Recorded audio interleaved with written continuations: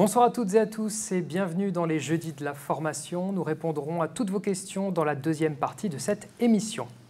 Dernier JDF de la saison, donc ce soir nous vous proposons un sujet estival, plus léger mais pas moins intéressant pour finir l'année. La perte de poids, que l'on soit en surpoids ou obèse, perdre quelques kilos c'est bien, mais ne pas en reprendre c'est mieux. Aucune étude ne vous dira le contraire, un indice de masse corporelle trop élevé est toujours associé à une augmentation du risque d'une ou plusieurs pathologies. Alors, comment reprendre sa santé en main?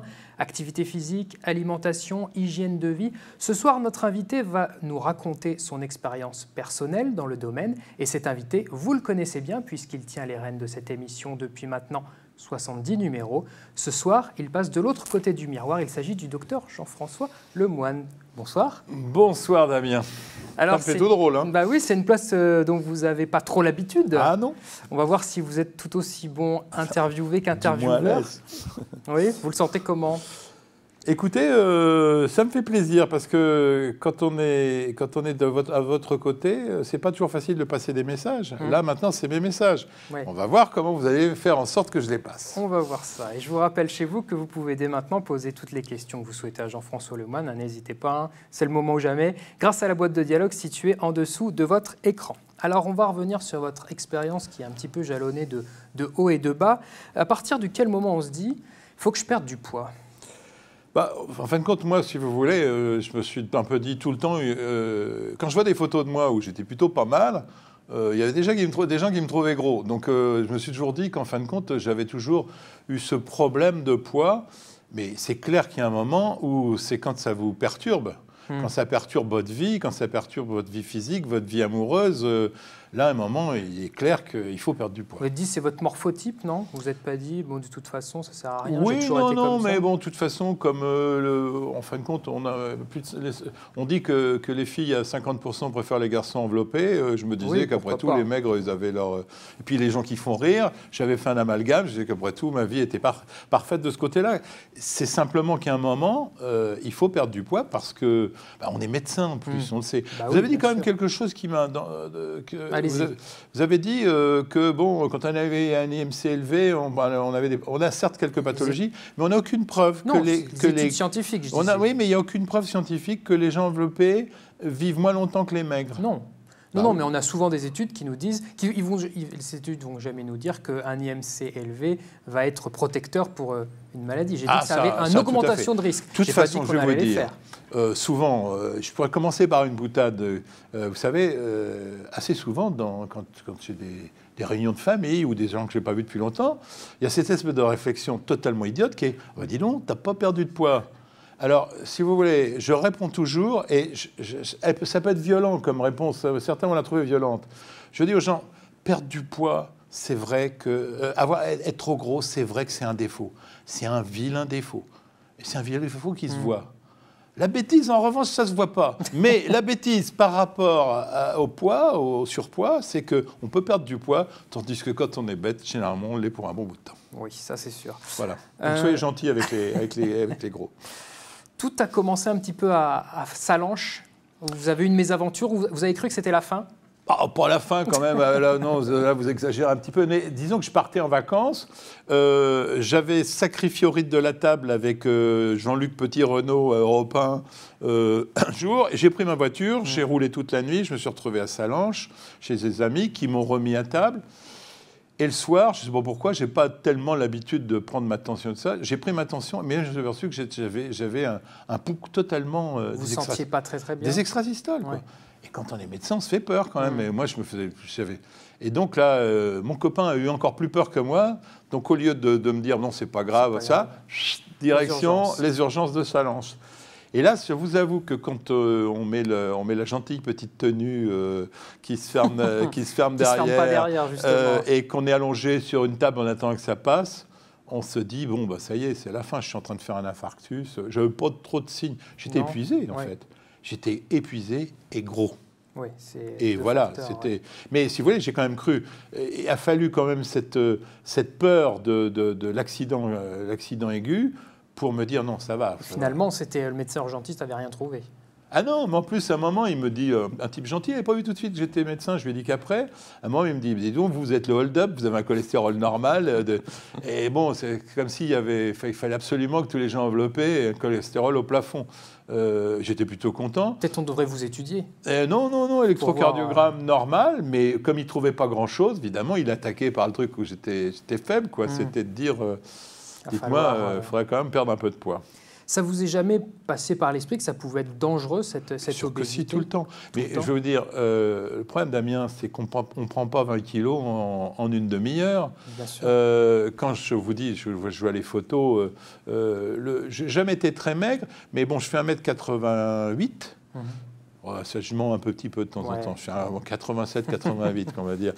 Le poids, mon poids le plus bas a été 79 kilos quand je naviguais avec Tabarly. Oui. 79 kilos, c'est maigre pour... Ouais, déjà, il y en a qui me disaient, j'avais un petit peu... des gros os.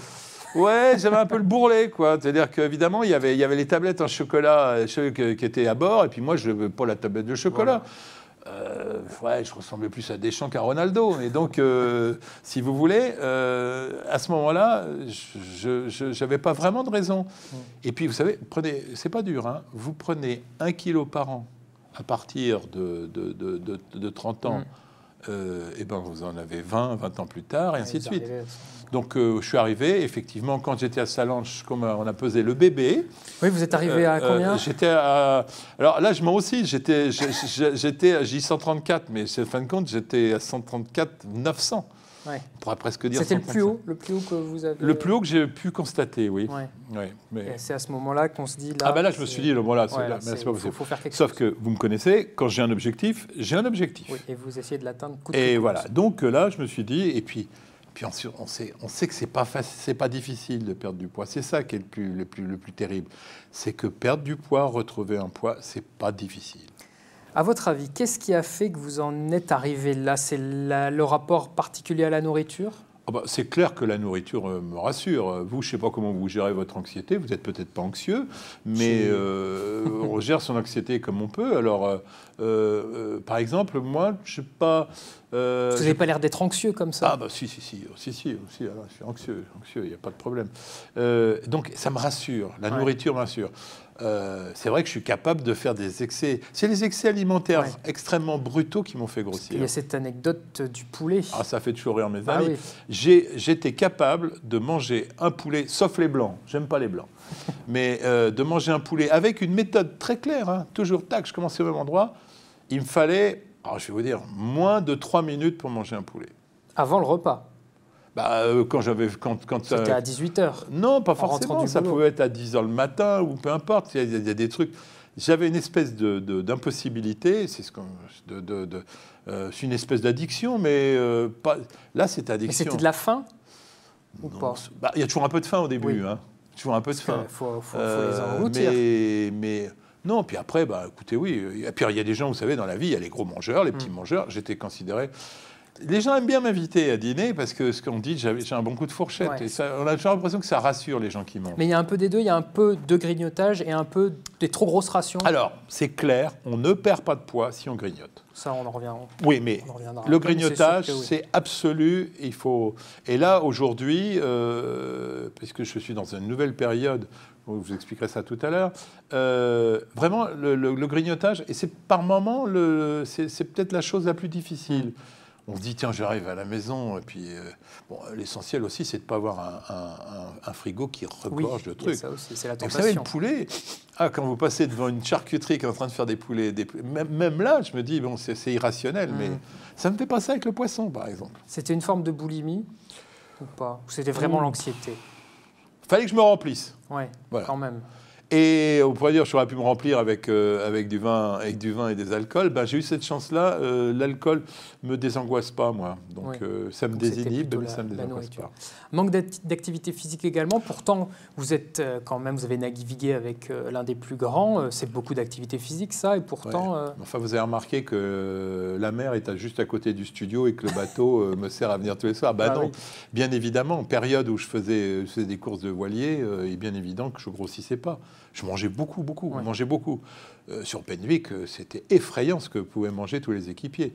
Je maigrissais, je perdais du poids sur les étapes et j'en perdais un peu moins que les autres quand même. Donc il y a quand même une notion de métabolisme. Tabarly avait un métabolisme incroyable, en mangeant toujours des choses.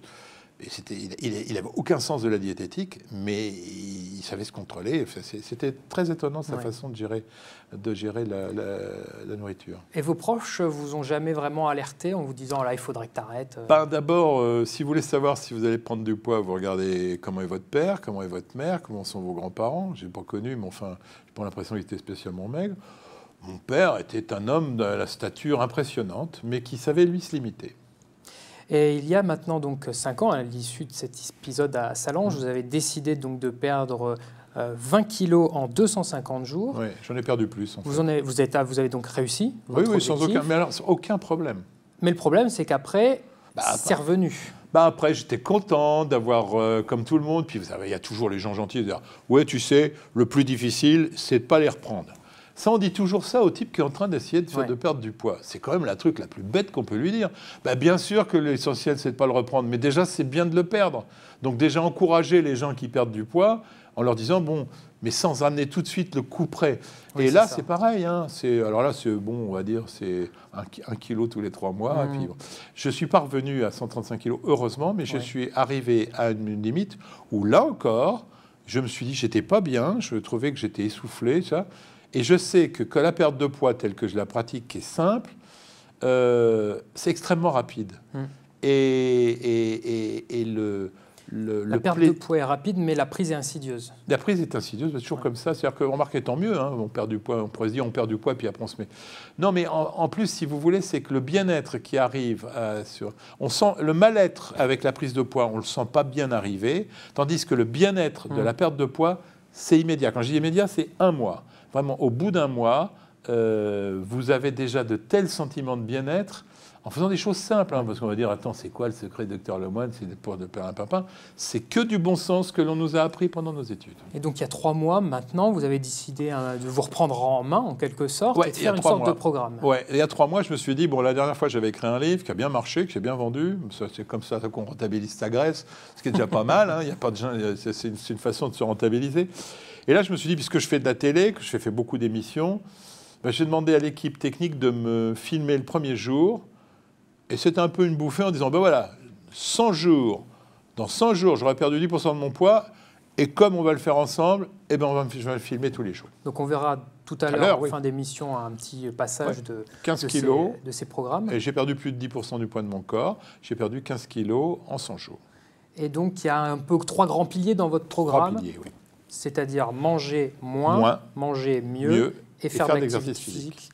Et là, mais il n'y a rien d'autre, hein, rien de plus. Rien de plus. Oui, on peut détailler comment on mange moins, comment on mange mieux et comment on fait l'exercice physique. Justement, manger moins, c'est le premier pilier, c'est peut-être le plus important, je pense. C'est le plus important, le premier mois, c'est ce qui va vous faire perdre du poids rapidement, mais ce n'est pas ce qui va faire que vous n'allez pas en reprendre. D'accord ? Manger mieux, le plus important, ce serait de terminer par manger mieux et apprendre réellement à manger mieux. Cette fois-ci, c'est vraiment ça. C'est ce qui est peut-être le plus dur. Manger moins, c'est quand même très simple. Plus simple. Ah, c'est très simple. Alors là, il y a quelques recettes très simples. La première, c'est qu'il faut éliminer 3 aliments que vous consommez trop. Ce n'est pas difficile de le savoir. Si je vous demandais quels sont les 3, vous me le diriez. Moi, c'était très simple. C'était le pain, le fromage et... La première fois, j'avais mis l'alcool, mais je vous dirai pourquoi je l'ai enlevé là, parce que socialement, c'est impossible. Et j'en ai rajouté, j'avais eu peur, j'aurais mis, je vais mettre la charcuterie. La charcuterie quand même. Mais moi, je me suis dit quand même, il ne faut pas exagérer, on va voir. Et donc, les sucreries, en dehors des fruits. Donc ça, c'est interdit absolu. Ah oui. Ah non, non, vous y touchez pas, parce que vous savez que c'est les trucs qui vous font grossir, et qu'il y a quand même bien d'autres choses que vous aimez que vous ne êtes pas obligé de prendre. C'est ne pas grignoter, on l'a vu. Ça, on l'a dit, oui. Bon. Il y a des études très importantes sur la taille des assiettes. Oui. Alors, et malheureusement, la mode américaine, qui est déjà des grosses portions, servait avec les grandes assiettes. Il faut, une idée pas trop bête, c'est de changer de ces assiettes. Alors, mettre les assiettes à dessert, parce que ça, j'ai essayé ça. Oui, c'est pas terrible. Il y a un moment, c'est pas fun. Mais on peut trouver des trucs. Et ne pas vous resservir. Bon. Ça, c'est important. C'est pas très, très compliqué, tout ça. Hein. Avec des autres combines, ne faites jamais vos courses en ayant faim. En ayant faim. 1 tiers de plus de produits dans le caddie. Mais ça, c'est des études très simples. Enfin, vous avez fait des courses en ayant faim, vous passez le truc. Et puis, surtout quelqu'un comme moi, quoi. Vous ramenez que des trucs que vous n'allez pas manger, d'ailleurs, ou qui vous servent à rien. Si vous y allez après un bon repas, bah, vous avez tout. Voilà. Donc, en faisant ça,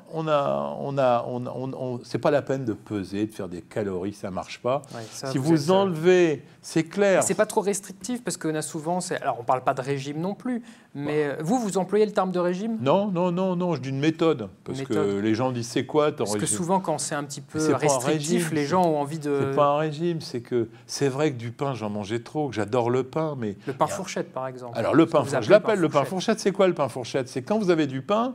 C'est toujours l'histoire du camembert, du pain et du vin rouge. Vous n'avez jamais le bon réglage. C'est-à-dire que quand vous avez un moment, vous avez fini la baguette, il vous reste du fromage. Quand vous avez fini la baguette et le fromage, il vous reste du vin. Donc il faut reprendre du fromage. On n'a jamais. Et le pain fourchette en France, c'est terrible. C'est-à-dire que le pain, on mange ça comme ça. Et puis il y a le pain avant le repas. Les gens qui trompent la faim mangent au restaurant généralement. Oui, avec du beurre, hélas. Et puis il y a aussi votre baguette de 11 heures. Que vous aviez l'habitude de manger entière. Bah oui, mais ça, oui. Moi, alors ça, le poulet, j'adore le pain cuit, vous savez, le pain brûlé. Alors si je tournais sur un pain brûlé à 11 heures, c'est un bon aliment le pain. Donc le médecin se dit en lui-même, on ne va pas me critiquer, poulet entier. Là, mais quand je mange un morceau de pain, quand même, c'est très bien. Et puis c'est vite mangé une baguette. Mais après, il y a cette histoire d'excès aussi. Un morceau de pain, oui, mais pas la baguette entière. Mais bon, attendez, après, vous allez... C'est en train d'essayer de m'expliquer que pourquoi je prenais du poids. Parce que j'étais un garçon à excès. Oui. Et donc, c'est dommage que j'ai pas eu plutôt envie d'excès sexuel, parce que ça aurait été moins grave. Ça aurait été pour ma femme. C'est pas grave si j'avais eu d'autres excès, si j'avais... Je sais pas... Vous n'avez pas fumé? Très peu. Non. Très peu. Non, je suis pas... Non, mais j'ai pas cette espèce de... Non, c'est... Et puis, attendez, on est quand même dans un pays où quand même, quand on se met à table... Ça ressemble pas à une table anglaise. Et puis c'est quand même puis tous les copains. Puis enfin, il y a eu une période. Le monde des affaires faisait les affaires à table autrefois, moins à votre âge maintenant. Voilà. Et puis le mec qui vous invite en disant qu'il veut vous montrer que vous êtes quelqu'un d'important, vous êtes un grand journaliste, donc on va vous donner du grand vin. Il vaut mieux être un petit journaliste et boire du petit vin. Donc on revient à un schéma classique de 3 repas par jour. Oui, parce que faut manger quand même. Ça sert. Alors après, vous maintenez le petit déjeuner aussi? Je suis pas un gros fanat du petit déjeuner, mais j'essaye un peu. Mais j'essaye un petit peu de manger quelque chose pour pas avoir faim. Je me réhydrate beaucoup parce qu'en fin de compte. J'allais vous poser cette question finalement. Les choses que vous mangiez en dehors des repas, est-ce que vous les compensez avec autre chose, de la boisson? Non. Boisson, je dis de l'eau, voilà, ou d'autres choses. Non, je ne vais pas au bistrot. Je dis simplement que quand mais la boulimie, c'est pas la faim. Hein. Si vous commencez à réfléchir, et puis de toute façon, quand je vous dis, il y a c'est vrai que c'est facile de perdre du poids, mais les règles elles doivent être absolues. Quand je dis pas de grignotage, c'est pas de grignotage. Pas de pain, pas de fromage, pas de sucrerie. Je gère. Je bois beaucoup. Alors, il y a quelque chose de très intéressant sur la boisson, parce que pendant très longtemps, on a dit, faut pas boire en mangeant, Eh bien, j'ai pas trouvé d'études pour dire qu'il fallait pas boire en mangeant. Sauf qu'un jour, Gérard Porte, le médecin du Tour, m'a dit, c'est pas parce qu'il n'y a pas d'études qu'il n'y a pas de logique. Ouais. Il me dit, quand on boit avant le repas, là, c'est pour tromper le signal de satiété. C'est très bien. Puis après, on mange. Et en fait, le fait de boire, ça permet de libérer la voie. Si vous mangez une polenta et que vous ne buvez pas, il y a un moment, ou un couscous, il y a un moment, il faut limiter. Par contre, si vous prenez une grande rasade d'eau, vous allez, c'est clair, et là, vous pouvez remettre la deuxième assiette. Et c'est pour ça qu'en fin de compte, je ne bois plus pendant les repas. Plus du tout. Oh, de l'eau gazeuse parce que j'aime ça. Pas non plus. C'est vous qui faites la cuisine? Oui, ça, c'est aussi un problème. Si j'avais une femme qui faisait la cuisine, j'aurais peut-être pas grossi, parce que cela dit, elle fait tellement mal à la cuisine que j'aurais peut-être dû, au contraire, lui dire de la faire et j'aurais pas grossi. Non, parce que là, vous avez la main sur ce que vous mettez dans votre assiette. Oui, mais parce que j'ai le goût de la nourriture, parce que j'ai le goût de la fête, parce que j'ai le goût d'organiser tout ça. Je vous dis, faut pas se tromper. On va pas donner un coup de baguette magique. Je vais devenir comme ça, on va plus rire à ma table. Non, il faut continuer à que ça soit convivial. Mais il ne faut pas exagérer, j'en ai marre d'avoir fait le yo-yo. Et c'est très bien de le dire, et de le dire devant une caméra, parce que si dans Parce que nous, on a de la chance, on nous voit. Oui, c'est ça. Et si dans 6 mois, il y a gros le moine bouffi qui revient... Il y a l'été qui va arriver. Non, bah attends, l'été, je fais un deuxième challenge, on fera une émission à la rentrée sur l'exercice physique. Donc, mangez moins. Les 5 fruits et légumes par jour, vous les mangez ? Oui, ça c'est très simple. Ça n'a aucun intérêt, mais c'est facile à faire. C'est facile à faire. Ouais. C'est simplement de dire qu'il faut... Là, on est dans le manger mieux. Là, on est dans le... dans le manger mieux. Là, on est dans le manger mieux. On peut y arriver si vous voulez. Oui, non, mais manger moins, je crois qu'on a compris. Oui, manger mieux. Il y a un truc peut-être, je ne sais pas, vous poserez peut-être, parce que c'est pas moi qui fais l'émission. Non, bien entendu. Est-ce qu'on parle de à quel moment on se pèse ou pas? Vous avez prévu plus tard? Oui, j'ai prévu. Plus tard, bon. Donc, il y a un moment, on en mange moins, on mange mieux. On se met à manger mieux. Alors, manger mieux, c'est incroyable le nombre d'idées reçues qu'on a dans la tête. On se dit, tiens, le poisson, c'est vachement bon, le poisson, on peut manger autant de poissons qu'on veut. Sauf qu'il y a des poissons vachement gras.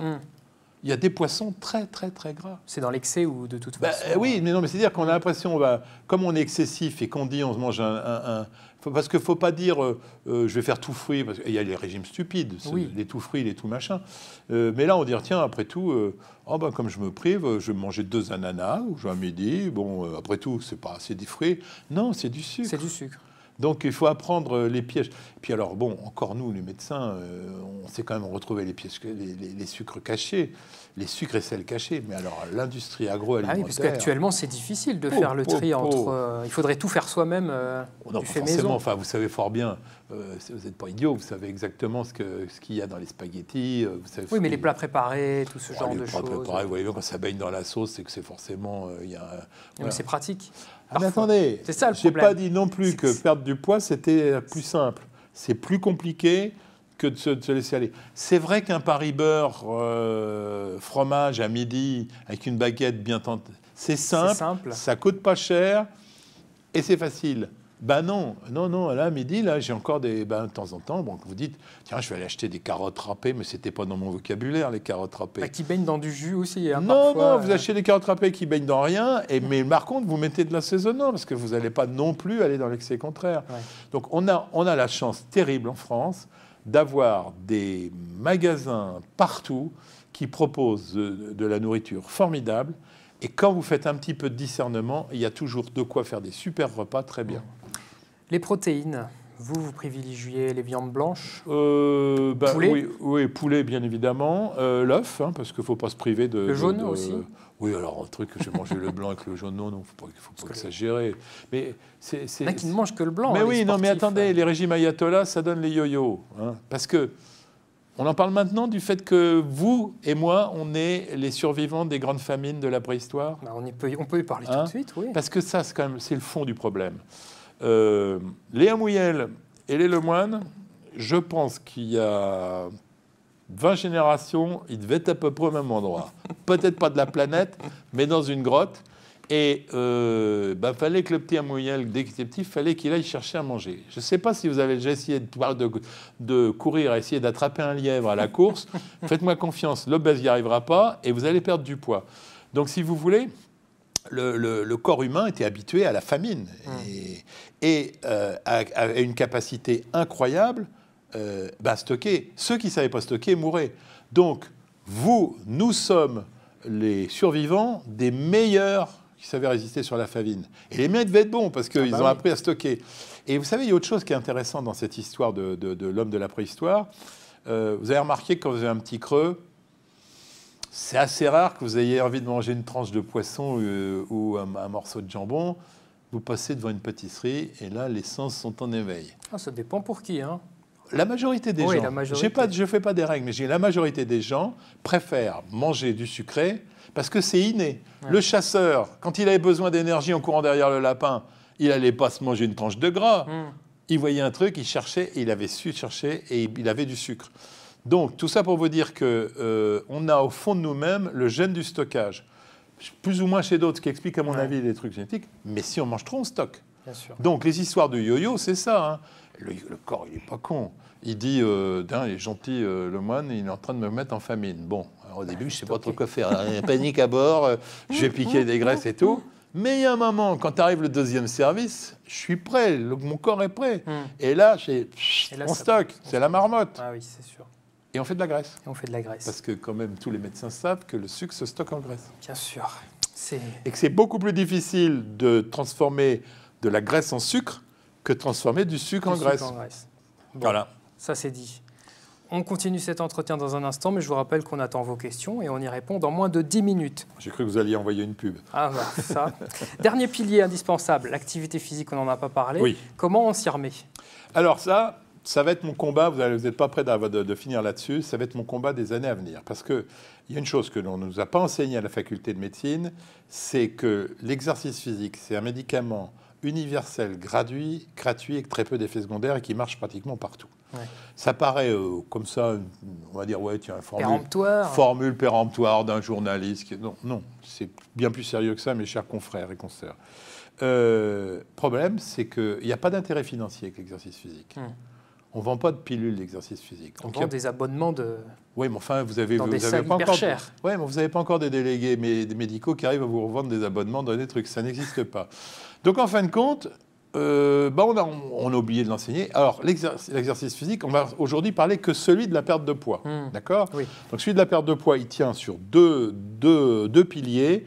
Le premier, c'est 10 000 pas. Et là, s'il y a quelqu'un qui connaît autour de cette table l'histoire des 10 000 pas, c'est vous, puisque vous en êtes un spécialiste. Et savoir à quel moment notre fréquence cardiaque active le seuil de lipolyse. Expliquez-nous ça. Alors, 10 000 pas, très simple. Oui. Toutes les études nous montrent que c'est le meilleur marqueur. Pour être actif. Alors, on pourrait me dire, oui, mais moi, je nage. Oui, bon, d'accord. Il y a toujours les 10% de nageurs qui vont venir nous emmerder en disant qu'ils ne font pas des pas. Mais en disant qu'ils peuvent faire l'équivalent. Si vous faites du vélo, vous mettez dans la chaussette et ça vous fera pareil. Mais 10 000 pas, c'est pas facile de faire 10 000 pas. Non. Pour faire 10 000 pas, il faut le vouloir. C'est 8 à 9 km. Oui, mais 8 à 9 km, 99% des gens ne le font pas dans nos milieux. Donc, il faut faire les 10 000 pas. Ça, c'est... Et la lipolyse, alors ? Alors, c'est qu'après... notre cœur est et c'est le contour, il y a le contour. Et en fonction de la demande, il va mobiliser, l'organisme mobilise un certain nombre de choses. Donc, vous savez tous qu'on a une fréquence cardiaque maximale qu'il ne faut pas dépasser, qui est chez la femme 226 moins l'âge et chez l'homme 220 moins l'âge. Ça, c'est ne jamais dépasser, tout le monde le sait. Et après, en dessous, il va y avoir un moment où la lipolyse s'active, c'est-à-dire que le corps va mobiliser plus de graisse qu'autre chose. Et après, il ne va plus pouvoir mobiliser la graisse parce qu'il y a affolement au niveau de la centrale. Et il va aller chercher des sucres où il peut. Et c'est là où on s'épuise. D'accord ? Donc, le seuil de lipolyse, si vous prenez la fréquence cardiaque maximale, vous multipliez par 0,6. C'est pas difficile, je l'ai fait avec mon âge. J'ai 65 ans. 220 moins 65 égale 155. Si je multiplie 155 par 0,6, j'arrive à 93 pulsations. Là, je commence à brûler beaucoup de graisse. Et quand j'arrive au seuil élevé, c'est-à-dire à 0,75 que multiplie la fréquence cardiaque d'effort, c'est-à-dire 116, et bien là, je ne brûle plus de graisse. Donc moi, si je veux brûler de la graisse, et je vous jure que c'est spectaculaire, je fais de la marche à pied et je me mets entre 93 et 116. Oui. Et là, c'est très simple, les études montrent qu'il y a 85% de la graisse qui est brûlée dans la limite du seuil de lipolyse, contre 50% quand vous êtes dans les autres seuils. Donc là, il y a une vraie prime à ça. C'est quoi votre semaine type d'activité physique ? Eh bien, écoutez, en ce moment, et je pense que faut que ça devienne un petit côté obsessionnel. Donc, moi, je ne m'impose pas 70 000 pas par semaine, je m'impose 10 000 pas par jour. C'est-à-dire qu'il faut marcher au moins une fois, voire 2 fois par jour en ne faisant que ça. Je ne peux pas courir, je suis trop lourd. Donc, je marche et j'essaye d'améliorer tous les jours un petit peu ma performance. Ça me fait un petit challenge. Donc, vous l'avez dit tout à l'heure, 8 km, ça vous fait les 10 000 pas. Ben, vous marchez 4 km le matin et puis vous allez bosser. Puis le soir, quand vous revenez, ben, vous faites... Alors, bon, moi, je suis installé, ou marche ou tapis. Je regarde la télé. Ouais. Je regarde la télé en marchant. Je ne perds pas mon temps. Je regarde un film. Donc, l'exercice physique, je l'ai vraiment rentré dans ma vie. Et à partir de quel moment on se pèse ? On arrive à cette fameuse question. Très important. Parce qu'on a fait tout ça, on a fait les 3 grands piliers, mais on se pèse quand ? Il y a quelque chose que je ne devrais pas vous dire. Mais je vais vous le dire quand même. C'est que je fais une interdiction absolue de se peser avant la fin du premier mois. Pourquoi ? Parce que la perte de poids, si vous mangez moins, si vous faites de l'exercice physique, faites attention, elle est incroyablement rapide. Moi, évidemment, je fais ce que je dis de ne pas faire. Parce que tout le monde se pèse quand même. Non, mais il ne faut vraiment pas le faire. Il faut vraiment pas le faire. Parce que, par exemple, là, en 10 jours, j'avais perdu 7 kilos. Là, vous êtes à quel... C'est quoi votre situation actuelle? Ah ben, ça y est, j'ai fait mon choix, j'ai perdu 15 kilos. Mais j'avais perdu 7 kilos dans les 15 premiers jours. Alors là, je peux vous dire, quand vous commencez à vouloir perdre du poids et que vous avez perdu 7 kilos en 15 jours, c'est direct le supermarché et on recommence. Tant que vous ne savez pas, vous êtes vigilant. Or, il y a besoin d'un mois de vigilance pour que ça fonctionne. Donc, interdisez à vos malades de vous peser pendant un mois. Et après, je leur dis, pesez-vous ou le mois suivant ou tous les 10 jours. Mais ça suffit. Vous ne pesez pas tous les jours. Tous les jours, il y a une variation telle de ce qu'on boit, de ce que l'on mange, c'est que c'est déprimant. Parce que le problème de la reprise de poids, c'est le retour de l'angoisse. Oui. C'est le retour de oh, « je suis fatigué ». Puis le soir, vous dites oh, « je suis fatigué, je me suis pesé, je n'ai pas perdu de poids ». Alors bon, ce que vous disiez, vous ressentez déjà tout de suite les effets bénéfiques, le souffle, attendez, la fatigue. La pulsation cardiaque, moins 5 à 10 pulsations dans le premier mois. Parce que, évidemment, le gros, il a tendance à avoir des pulsations cardiaques qui augmentent. Donc, si vous voulez... Alors, il y a un aliment dont on n'a pas parlé qui est l'alcool. Ouais. L'alcool, c'est quand même un sale produit au niveau psychiatrique. Parce que ça désinhibe. C'est bien, on dit que c'est un des principaux désinhibiteurs. Donc vous buvez, vous mangez. Hein. Ça, alors là, c'est clair. Sûr, oui. C'est le fromage, la baguette et le pain. Donc moi, je ne bois plus d'alcool. J'ai arrêté complètement, mais je ne l'annonce pas comme un interdit. Je vais vous dire pourquoi. Oui. Parce que socialement... C'est pas possible, c'est compliqué. Alors là, vous avez arrêté. Quand vous perdiez du poids, déjà, ça ne fait pas marrer les autres, parce que tout le monde est un petit peu jaloux. On vous dit, vous êtes malade. On dit, mais tu bois pas. Ah, tu vas boire un petit coup quand même. Oh bah, t'as vu, je t'ai sorti ça. Puis évidemment, les gens connaissent vos goûts. Ça. Alors là, moi, j'ai une combine, parce qu'il y a vraiment, je m'excuse de le dire, parce qu'ils vont se reconnaître, des sales cons qui insistent bêtement. Alors là, j'ai un moyen, c'est que je me laisse servir un peu de vin. Et j'y touche pas. Et le mec qui boit, il dit « Ah, t'en as encore ?» Comme ça. Il ne se rend pas compte. Et il ne vous resserre pas. Et il ne me resserre pas. Tandis que si jamais vous le buvez, il vous resserre tout de suite. Ouais, c'est normal, pas que le verre soit vide. Donc, et par contre, si vous buvez, vous mangez. Ça, c'est indubitable. Alors, vous avez mis tout ça en scène. Vous nous l'avez dit tout à l'heure. Vous êtes filmé pour nous donner tous ces conseils. Oui. On a de la chance un petit peu d'être équipé voilà. Ici. Et donc, expliquez-nous un petit peu le principe. Alors, c'est très simple. Je pense qu'il faut soutenir les gens. On parle beaucoup du coaching. C'est vrai que le coaching, c'est important. Et ce n'est pas facile d'avoir un coach qui vient vous dire. Donc, je donne des grands principes très vite, puis après, on aide. Parce qu'il y a plein de choses dont on n'a pas parlé, mais comment répondre à quelqu'un qui vous dit qui n'est pas gentil, comment on doit... Il y a pas mal de choses, d'attitudes. On pourrait parler du sexe, de l'habillement et tout ça. Donc, tout ça, mis bout à bout, ça fait un bouquin où ça fait 65 programmes courts. Et la mode est au programme court aujourd'hui. YouTube, partout, il y a des programmes courts. Donc, je me suis dit, tous les jours, j'allais donner un conseil, je vais l'argumenter et les gens vont me voir. Et c'était assez marrant à faire. Bon, après, évidemment, il faut se tenir. Là, c'est marrant parce que c'est aussi une discipline pour réussir. Oui. Je ne pouvais pas ne pas perdre de poids vis-à-vis de vous tous. Je dis vous tous les gens qui travaillent avec moi tous les jours. Si je commence à mobiliser tout le monde pour faire de la vidéo et puis qu'à bout d'un moment, on dit non, il n'y a pas... Puis les gens me voient bien si je vais au resto avec eux. Donc là-dessus, ça fait plus de 100 jours. J'étais extrêmement vigilant et le programme est vachement bien. Eh bien, je vous propose donc tout de suite de regarder un extrait.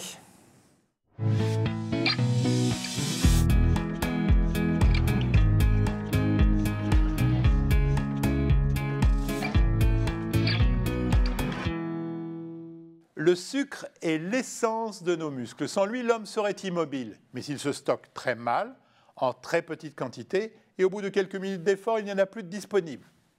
La nature nous a donné le goût spontané du sucré. Vous avez remarqué qu'en cas de fringale, on a rarement envie de manger des brocolis. Des sucres qui provoquent aussi une réaction immédiate de plaisir, qui est sans doute la raison pour laquelle on en abuse souvent. Mais hélas, l'organisme sait mettre le sucre en réserve sous forme de graisse. Alors comment limiter leur consommation? Si vous aimez terminer vos repas sur une note sucrée, préférez prendre un fruit. Consommez vos laitages sans ajouter de sucre et agrémentez-les plutôt de morceaux de fruits, de compotes sans sucre ajouté. Et les édulcorants de synthèse, les fameuses sucrètes, ce sont des faux sucres, l'aspartame est le plus connu, ils ont un pouvoir sucrant 300 à 400 fois supérieur à celui du sucre, ce qui explique pourquoi, pour un effet équivalent, leur rapport en calories est négligeable. La performance est impressionnante pour les boissons dites light. 1 litre de cola, quelle que soit sa marque, apporte 100 grammes de sucre. Sa version light, rien du tout. Sans danger, c'est aussi un domaine pour lequel les études les plus contradictoires sont quasi quotidiennes. Le poids des lobbies n'aide pas à la clarté. Les autorités de santé estiment aujourd'hui que ces produits ne sont pas dangereux. Pourtant, les spécialistes du diabète estiment qu'ils font le lit à cette maladie. C'est vrai aussi que les édulcorants ne permettent pas de se sevrer du goût sucré et peuvent ainsi contribuer à entretenir dans votre corps la prédilection pour le goût sucré et rendre donc la rechute probable à tout moment. On peut choisir dans ce domaine une attitude pragmatique, ne pas les utiliser, mais quand c'est trop difficile, par exemple avec les boissons, vous pouvez les consommer sans trop d'arrière-pensée, juste le temps du sevrage. Voilà, on vient de voir donc un programme sympa, court en entier. Bah oui, c'est très sympa. Un peu long celui-là, les autres sont plus courts. On en a choisi un qui est un peu plus long. J'essaye de faire entre une 30, 2 minutes. 20, ouais. Ouais. Oh, pas plus de 2 minutes. Non, après, c'est trop long après. Ouais, et vous avez un petit cadeau à faire à nos téléspectateurs. Bon, évidemment, je me retrouve avec quelque chose de formidable, c'est-à-dire ces 65 chroniques dont je n'ai pas encore décidé ce que je vais en faire. Bien évidemment, on vit de notre métier. Je pense qu'elles seront commercialisées quelque part. Mais j'ai vraiment envie d'en faire profiter ceux qui veulent. Alors, les 100 premiers qui vont m'envoyer leur nom, leur prénom, leur spécialité, leur mode d'exercice et leur numéro de portable, eh bien, je leur enverrai sur 100 jours les 65 chroniques telles qu'elles ont été réalisées.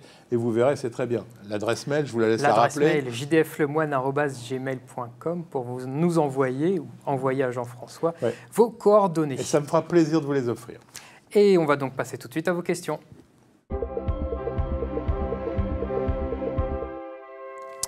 Alors, avez-vous déjà pensé à la chirurgie bariatrique? C'est quelque chose dont on n'a pas parlé. Ouais, vous êtes pour gentil, la perte là. De poids. Vous êtes gentil, là, Damien. Vous m'envoyez au bistouri. Bah, écoutez, oui, j'y ai pensé, bien évidemment, parce que j'ai vu des résultats incroyables. Oui.